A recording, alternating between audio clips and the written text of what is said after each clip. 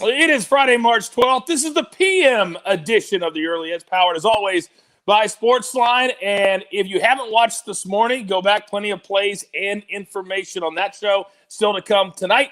But we've got several plays on this show coming up tonight. So let's not waste any time. Let's bring in my cappers right. You know I'm sitting right next to me. He is the Zack Attack, Zack Cimini. Hello, sir. Good afternoon, Coach. These days are going warp speed right now. I cannot believe we are 48 hours away from Selection Sunday. It's crazy. I'm like keeping my eye on your North Texas futures bet right now as they're in action as we take this show. Then, of course, our rock. He is the maestro right below me. Hello, Larry. Hey, Coach. Great day of hoops already. Let's get to it. Let's go. Storylines that could affect the betting lines tonight. Zach, what do you have? Well, I have to go there. This one blew up Twitter when Buffalo blew that game earlier in March. They're playing Akron again, and the line has moved in their favor, as it should. Buffalo's they've been a juggernaut lately, including in the first half where they've covered 6 straight games, and they've had leads of 8 points or more. So that one's an interesting one. Don't have a play on it, but that's my storyline of today. Yeah, and the big news today out of college basketball, Kansas out of the tournament with a All right, I think Larry got stuck there for a second. So he was going to talk about Kansas and the Jayhawks and how they had to withdraw today from the Big 12 tournament. Bill Self just said that they plan on playing next week in the NCAA tournament. And Larry, if you're back, you can go ahead. I just said you're talking about KU pulling out of the Big 12 tournament.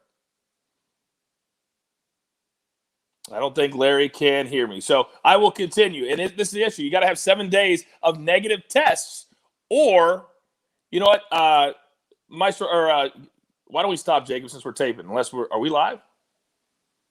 If we're live, this is one of those moments that you save. Or can we stop and restart?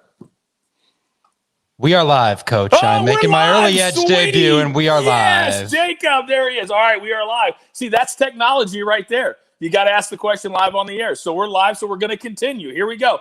Now, to continue that storyline, KU is out. Texas moves on. More issues just like in the ACC tournament. So you got to keep an eye on teams that are playing. Am I right, Larry? Or am I right? You're 100% right. Whatever you said was perfect. There you go. All right, let's jump right in. 2 of our plays from SportsLine today. First one, we're going to the NBA. We're going with the Grizzlies +3 against the Nuggets. Now, Memphis, they look great on Wednesday in a blowout win. Denver is 0-2 against the spread this season when they've had 3 days of rest or more. Memphis 24-11. Against the Northwest Division over the past 3 seasons. Take Memphis +3. And then in college basketball, LSU -1 against Ole Miss, 9:30 Eastern tip approximately. It's a tournament game. LSU's got a lot of pros. They can score a lot of points. Sometimes they're good, sometimes they're bad. But they handled Ole Miss earlier in the season, and we think it's not going to be a 14-point game. But they're only given 1. Essentially a pick 'em. Take LSU -1. All right, Zach, what do you got for us today? I'm going to the Big East today, Coach, with UConn +1 against Creighton.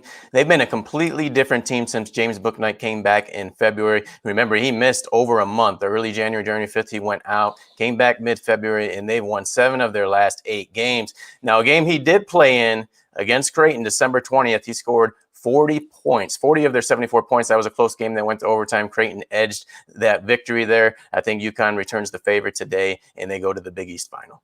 I love UConn today. They have been playing very, very well, including that big one yesterday. All right, Maestro, what do you have for a play tonight? Okay, going back to the well with the Oregon Ducks. They did great for us yesterday. And now, they're against a very trendy underdog in Oregon State, which is, coming off a huge overtime win over UCLA. They played later, so they're getting even less rest than Oregon. Oregon didn't really have to extend itself too much. They won by 18 over Arizona State. And here's the thing, they split the first 2 meetings. Oregon State, that game that they won, Oregon was missing 3 key guys. Everybody was back. They played less than a week ago. Oregon won by 13. Oregon thrives in these neutral sites, 13-3 against the number. They love the Pac-12 tournament. They won 2 of the last 4. I just think Oregon State not going to have enough in the tank. I'm going to lay the 8 with the Oregon Ducks.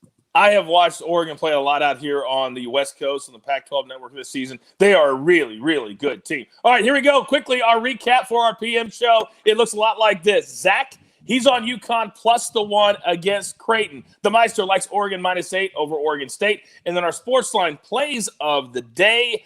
Grizzlies +3 against the Nuggets, 8 Eastern tip there, and LSU -1 over Ole Miss, a 9:30 Eastern tip there. You got a peek behind the curtain today. You don't get that every single day. You've got your marching orders. Let's take all 4 tickets straight to that pay window right over there. For the Zack Attack, for the Maestro, for the jeweler, you actually got to see on the show. Method of my madness. I'm the coach. Remember, the only place, 2 shows on Saturday for your daily early edge. Good luck.